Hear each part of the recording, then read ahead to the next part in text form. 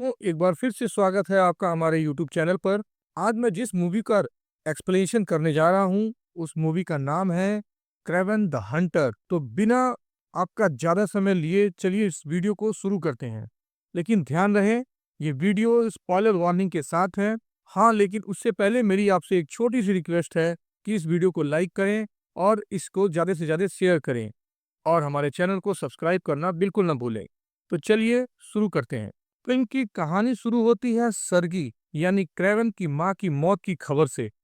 हालांकि उनकी मौत को दिखाया नहीं गया है, लेकिन उनके पिता निकोलाई सर्गी को बताते हैं कि उनकी मां ने खुदकुशी कर ली है। इस खबर के साथ निकोलाई अपने दोनों बेटे सर्गी और उसके हाफ ब्रदर दिमित्री को लेने पहुंचता है, लेकिन उसकी मंशा बच्चों को अपने ड्रग्स ट्रैफिकिंग ऑपरेशन में शामिल करने की है। निकोलाई चाहता है कि उसके बेटे भी उसी की तरह गैंगस्टर बने। हालांकि वह न तो दिमित्री पर पूरी तरह भरोसा करता है, न सर्गी पर। इसी के चलते वह दोनों को हंटिंग ट्रिप पर अफ्रीका ले जाता है। सर्गी वहां शिकार की प्रैक्टिस में अच्छा प्रदर्शन करता है, जिससे निकोलाई काफी खुश होता है। इस दौरान निकोलाई दिमित्री को ताने देता है कि उसे सर्गी से कुछ सीखना चाहिए। ये बातें दिमित्री को बिल्कुल पसंद नहीं आती, क्योंकि निकोलाई हमेशा उसे नीचा दिखाता है।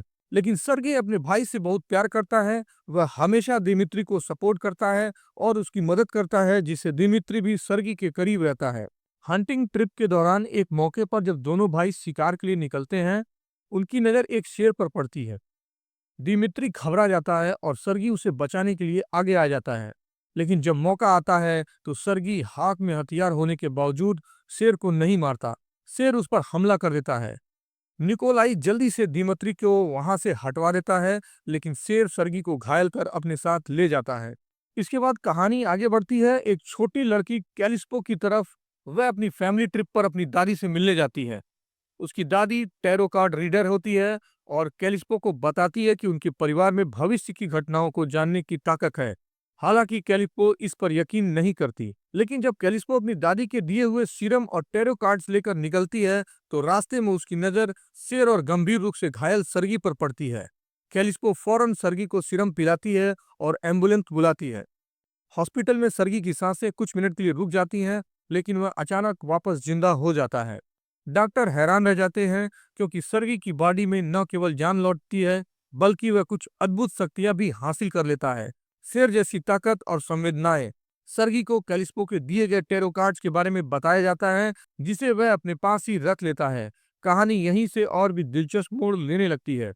और फिर कहानी आगे बढ़ती है, जहां सर्गी के पिता निकोलाई उसे हॉस्पिटल में नहीं रखना चाहते।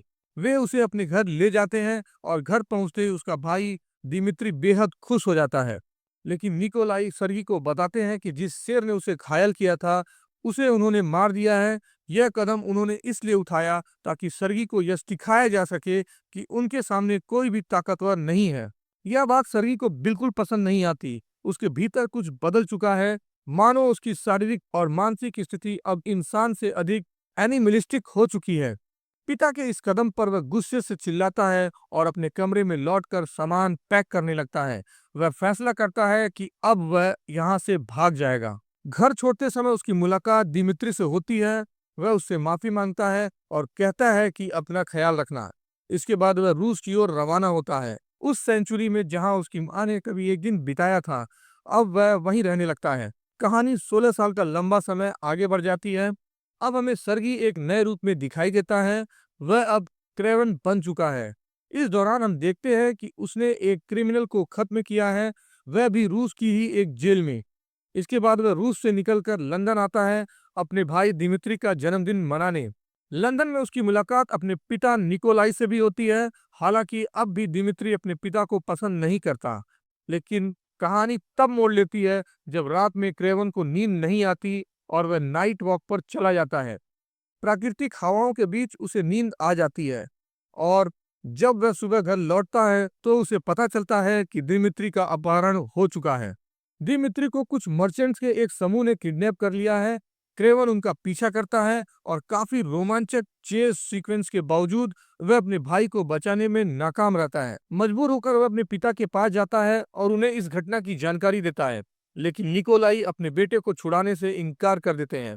उनका मानना है कि अगर वह फिरौती की रकम देते हैं तो उनकी प्रतिष्ठा खत्म हो जाएगी। यह बात क्रेवन को बिल्कुल पसंद नहीं आती।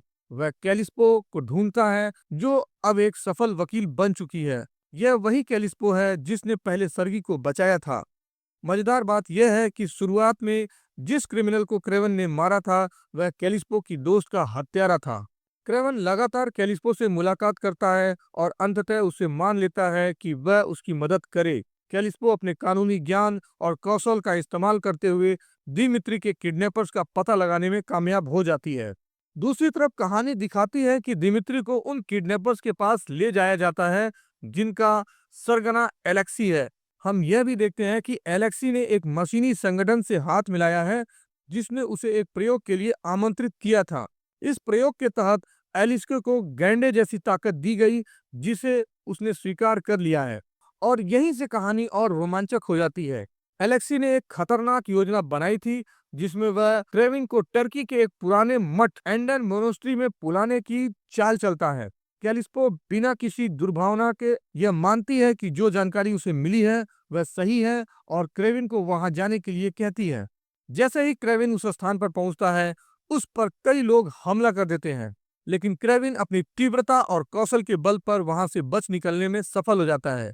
इसके बाद हमें एक रहस्यमयी विदेशी शख्स से परिचित कराया जाता है, जिसकी शक्तियां बेहद अजीब है। यह व्यक्ति ऐसा लगता है जैसे उसे कोई देख या सुन नहीं सकता, और उसकी गति इतनी तेज है कि लोग उसकी उपस्थिति को समझ नहीं पाते।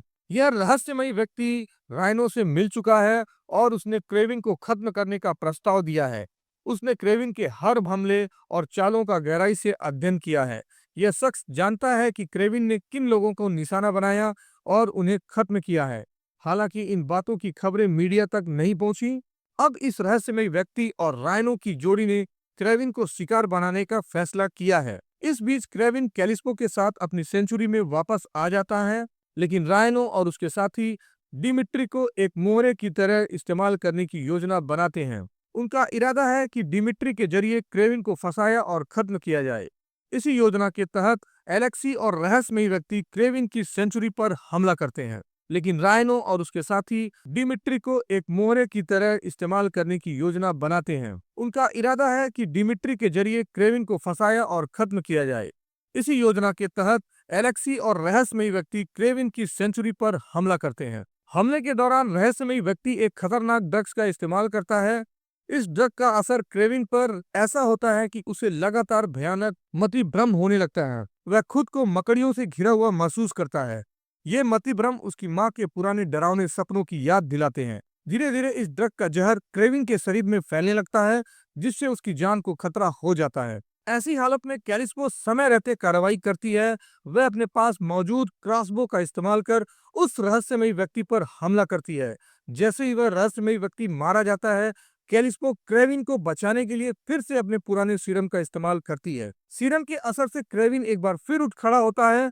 अब वह अपने भाई डिमिट्री को बचाने और एलेक्सी को खत्म करने के लिए तैयार हो चुका है। दूसरी तरफ एलेक्सी को उसके साथियों ने बताया होता है कि क्रेविन मर चुका है। इस झूठी खबर से निश्चिंत होकर एलेक्सी डिमिट्री को लेकर सीधे निकोलाई के पास जाने का फैसला करता है, ताकि वह उसके साम्राज्य पर कब्जा कर सके। लेकिन यात्रा के दौरान एलेक्सी और उसके समूह पर जंगली भैंसों का झुंड हमला कर देता है। स्थिति बिगड़ती देख एलेक्सी खुद को राइनो में बदल लेता है और क्रेविन से मुकाबला करने के लिए तैयार हो जाता है।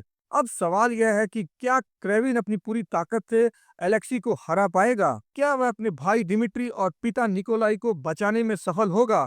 यह लड़ाई न सिर्फ क्रेविन की शक्ति का परीक्षण है, बल्कि उसकी यह नैतिकता और परिवार के प्रति अपनी निष्ठा की भी परीक्षा है। यहाँ कहानी दोस्तों अपने चरमोत्कर्ष पर पहुंचती है।